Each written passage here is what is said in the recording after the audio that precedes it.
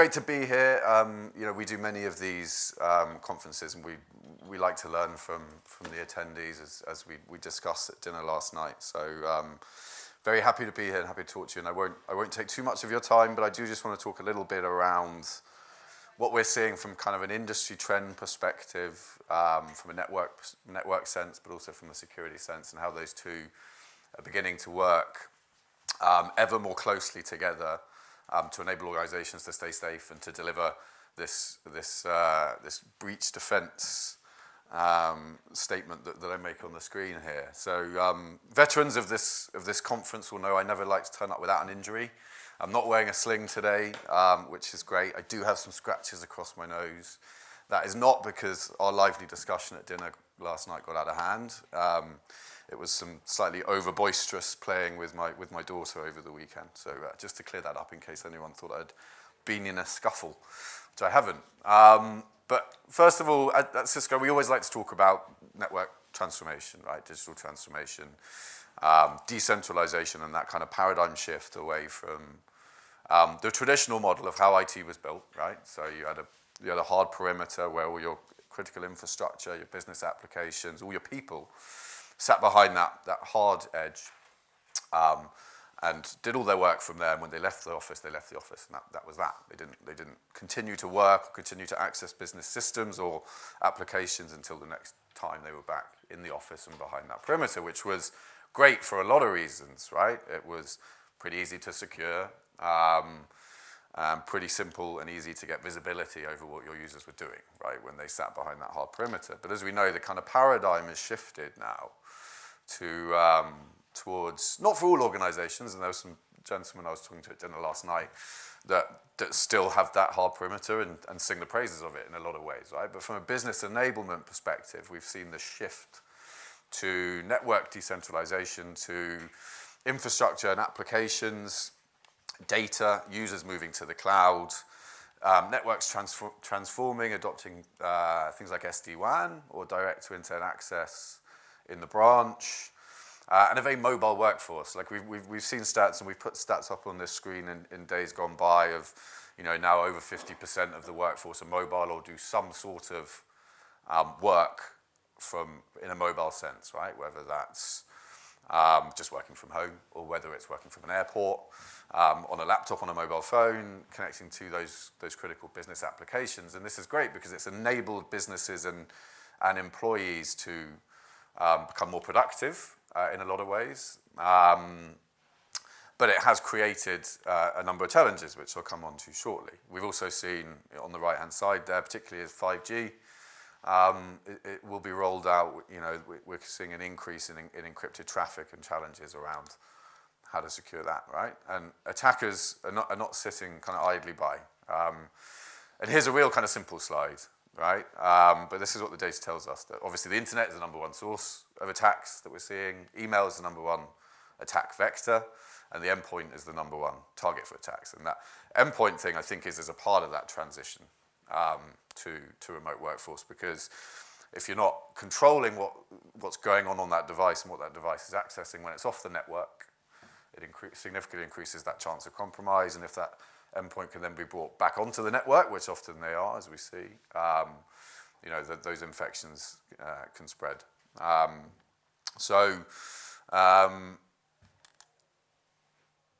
What we've done in the past, and sorry, to take a step back, I read an estimate the other day that said that the estimation of cybercrime damages, or the kind of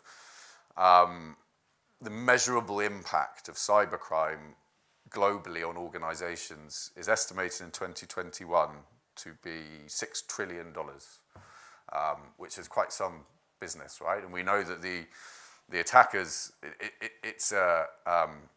it is basically a job for them, right? It's an income stream. That's what they're there to do. They're there to extort. They're there to drive revenue streams from the malicious behaviors that they're enacting. So what we've traditionally done as an industry is thrown money at the problem, right? So we've bought a new tin or a new service to solve a new problem. We've seen a huge growth in the number of security vendors out there, and the number of security vendors addressing supposedly different problems, right? So when we talk to organizations, what we hear is that on average, they're managing 75 different security tools. Most of the time, most of those tools have been delivered by different vendors. And they're not integrated, right? They're not talking to each other. So these are stats from talking to customers. 91% of our customers think that integration of their security tool sets is becoming a big challenge, right? And so just to kind of talk a little high level around those challenges that we're seeing. So with all those tool sets and with all those shiny new services and companies offering blocking, we're still seeing malware and ransomware outbreaks in organizations. We're still seeing, as those networks have decentralized and gone to mobile and direct internet access, we're seeing that create gaps in visibility and control and coverage of the security tool sets that organizations have traditionally had in place. And back to that point about the volume and complexity of security tools, this is something we hear from our customers all the time. And to exacerbate that fact is that there's a limitation on security resource. I don't necessarily mean by that there's a limitation of resource out in the marketplace or in the workforce, because I think a lot of people will argue that there's plenty of resource there, right? It's about having enough resource internally in-house to manage all those tool sets, manage all the alerting that organizations are getting from those tools. And what we see increasingly is a significant number of alerts go either completely unchecked or unremediated, so creating a number of challenges for our organizations. And what really do kind of CISOs or SOC managers or the kind of key security personnel within organizations want to do, right? They want to improve their security posture. That's obvious, right? The more you block, the lower the chance of a breach or an outbreak taking place. But at the same time, you need to efficiently and effectively manage those risks, because as we all know, breach defense or blocking is, it's almost day by day. Day by day is a win, right? If you don't get breached one day, it's a win. The attackers only need to get lucky once. We as security organizations need to get lucky kind of every day, to prevent that breach. You can best practices, integration, the best of breed security tool sets, but no one out there, unless they're kind of selling snake oil, is claiming 100% efficacy. And as we know, the attackers are often one step ahead, right? So we do hear, on top of that organizations do want to consolidate down and manage less vendors. That may or may not be the case within your organizations, but we hear that as a general trend, that look to consolidate that down. But the need to improve the cybersecurity capabilities of your organization. And another thing is time, right? So you need to shorten that time to investigate incidents, to remediate breaches, and basically drive efficiency and efficacy of the limited staff that you have within your organizations. So ultimately, security has to work together. And there's a number of different kind of areas of different security tool sets or critical elements of a security posture on the right-hand side. Now, we know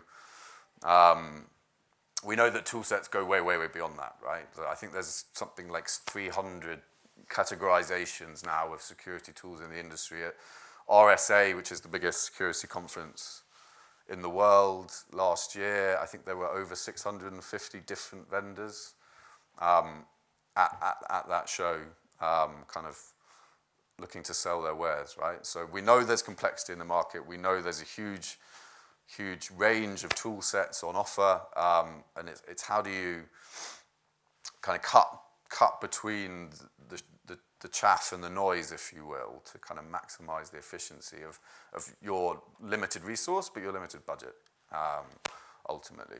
So kind of drilling down on that people point, right? This is just a general question for the room. How many people at your organization are responsible for breach defense? So this will change significantly due to the size of the organization. We have, when we talk to large enterprises or large public sector organizations, their teams managing security and across these security areas. So, CISO, network security, endpoint security, email security is a big one. security architects, security operations, incident response. Sometimes these teams will be 200 people plus in very big and large organizations, but sometimes in an SME or a small public sector organization, it could just be 1 or 2 people, but they still have all these roles and responsibilities.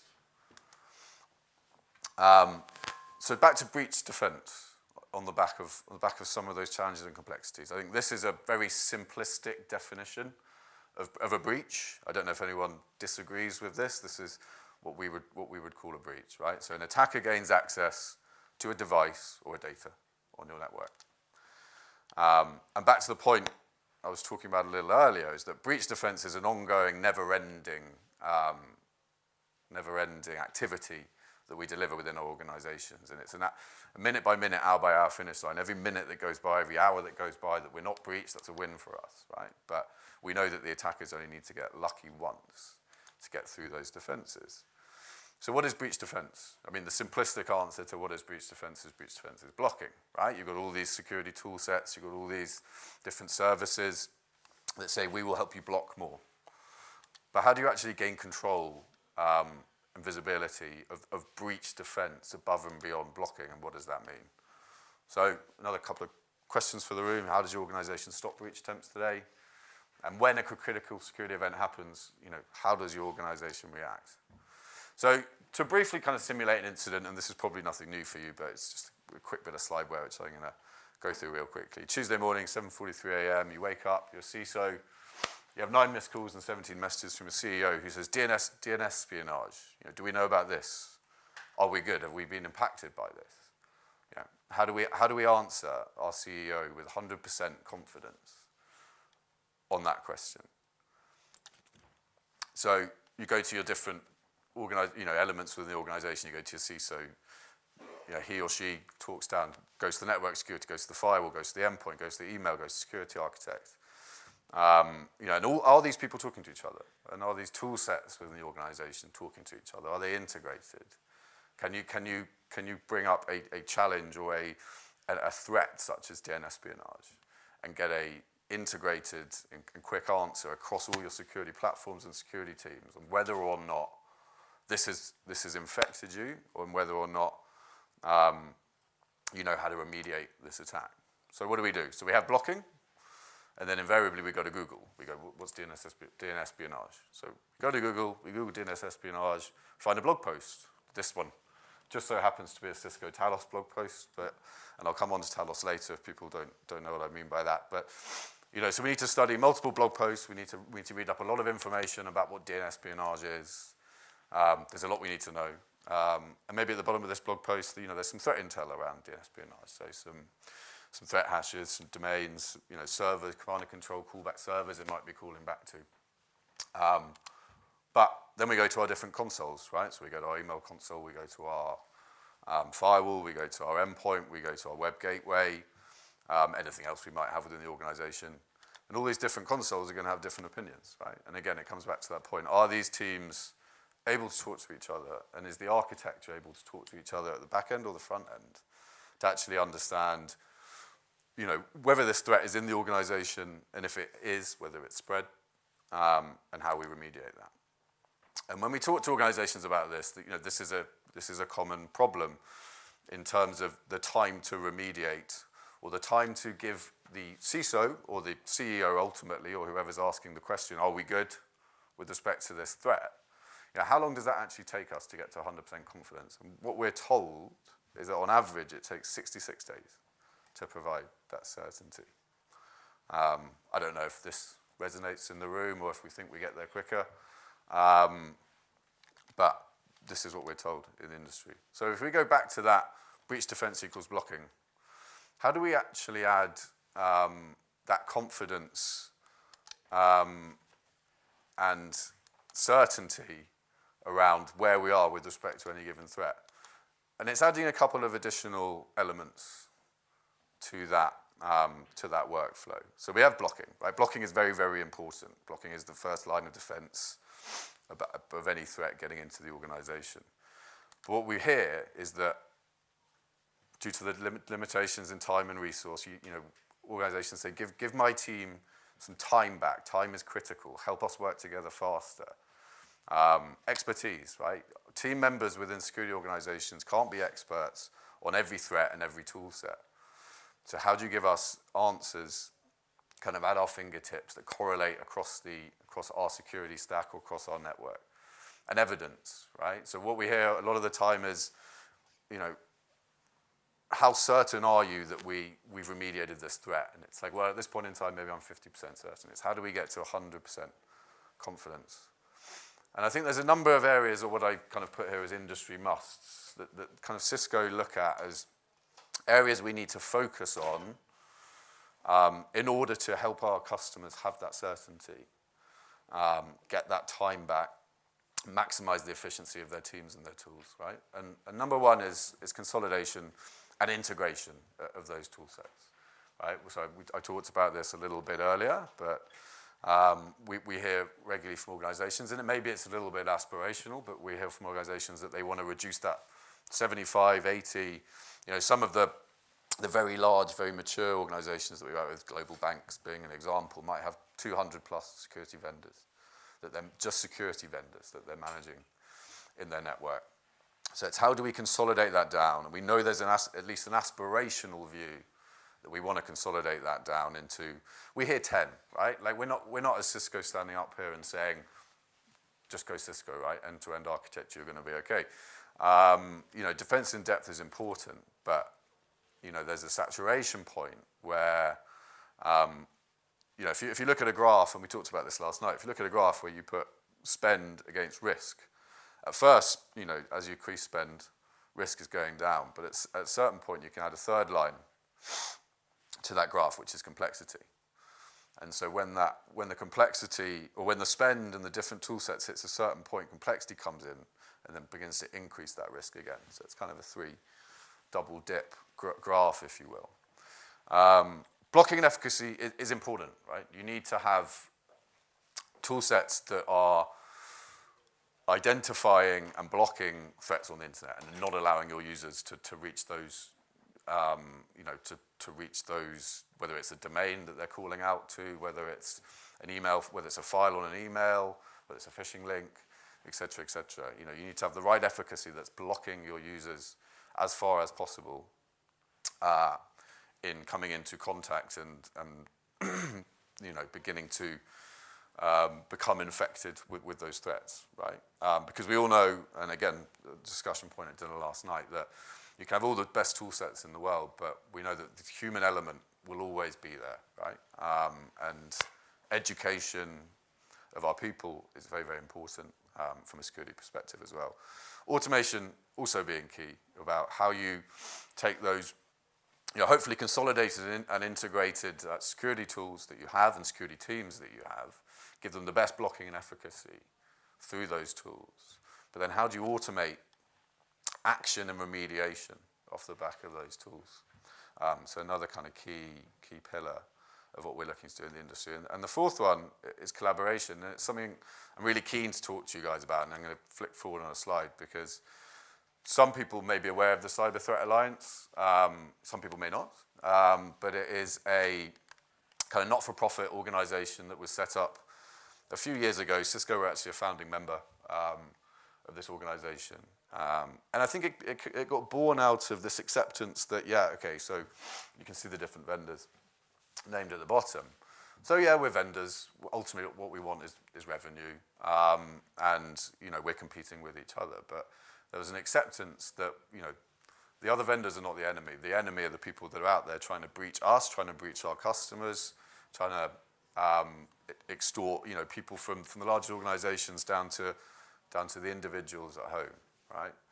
So the Cyber Threat Alliance was born out of that. And it is basically an alliance where we share threat intel on threats and risks and attacks that are out there. And I'm quite proud to say Cisco is the largest contributor to that alliance. I think we share about 30,000 different threat intelligence every single day. So if it's not something you're aware of, it's well worth the read. It's really interesting organization driving that kind of collaboration within the security vendor marketplace. And then coming on to Cisco Talos, which I mentioned earlier. Again, it's another thing that we're quite proud of at Cisco. It's not a product, you'll be pleased to hear. It is the largest non-governmental threat intelligence organization on the planet. So it has about 300 odd full-time researchers. We analyze about 1.5 million unique malware samples every day, and at any given time on any day, we're blocking about 20 billion threats every day. And that is more than 20 times any other vendor, so it's something that we're kind of quite proud of. As I say, it's a very, very large threat intelligence organization. It's not a product. What it is really threat intelligence that feeds at the back end in and out of all of Cisco's sort of integrated security architecture. And so it gives us kind of an unmatched visibility that allows our customers to stop more, because to stop more, you have to see more, right? So you need that most diverse data set. You need those community partnerships that we've talked about. You need proactivity in going back and finding and sharing problems. So that organization is analyzing 2.2 trillion different artifacts a day across email, DNS, web requests, and everything else that you can see named there.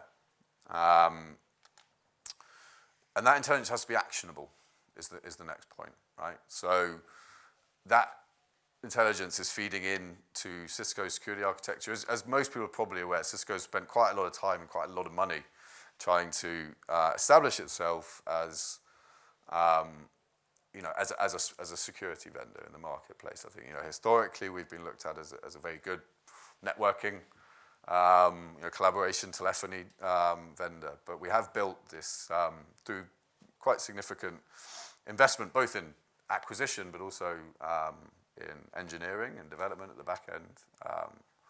What is, I think, now regarded as the biggest security vendor in the world. So, and Talos and that actionable intelligence that comes out of Talos is a critical element to that, and to that integration piece that I talked about earlier, to give rapid coverage and analysis and context around the threats that we see out there and that we're blocking for our customers and collaborating with other security vendors on.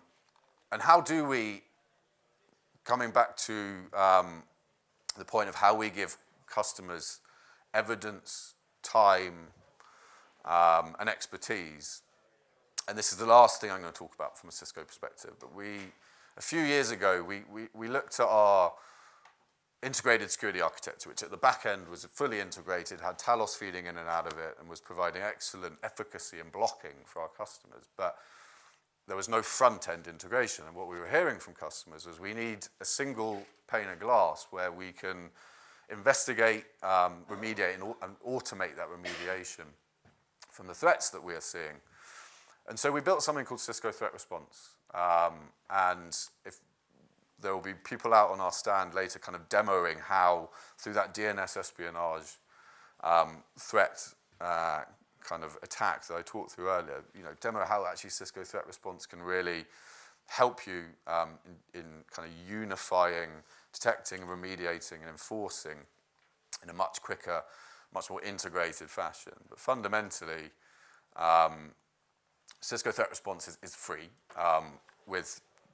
It requires investment in Cisco security toolsets, obviously. But what it does is it gives you a single pane of glass to see whether or not a threat or any file or domain or any other kind of potential indicator of compromise, whether or not it's been seen on the infrastructure, whether or not it's been blocked, and then take action from that tool set to enforce remediation. So what we've seen is it's with our customers that use it, and it's actually, again, it's not a product, it's kind of free, but it's been the fastest uptake in Cisco's security portfolio history in terms of our customers that are using this tool to achieve some of those critical elements of breach defense that we've talked about. So just to recap on the kind of capabilities of CTR, it's that single console for kind of rapid triage and response, gives you a full picture of the threat landscape and the impact on your organization. You can create documentation out of the tool. It leverages multiple APIs for automation, and it allows you to actually manage those incidents and take action from the tool itself across your Cisco security toolset. So a couple of quick quotes that we have from customers around, the effectiveness of CTR.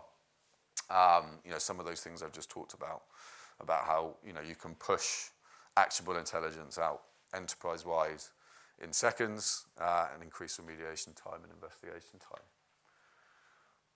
So that's really where I was going to leave it, actually. As I say, there's a huge number of Cisco security tools that I wasn't going to bore you with today, but we are kind of out on the stand outside if anyone would like to learn more about CTR or any of the tool sets that I have put up here on the last slide, but that feed in and out of CTR and allow you to give you that time, that efficacy, and that evidence within your organizations about whether or not it's a threat that you're just worried about might have impacted you, or whether you know that you've been impacted by a threat.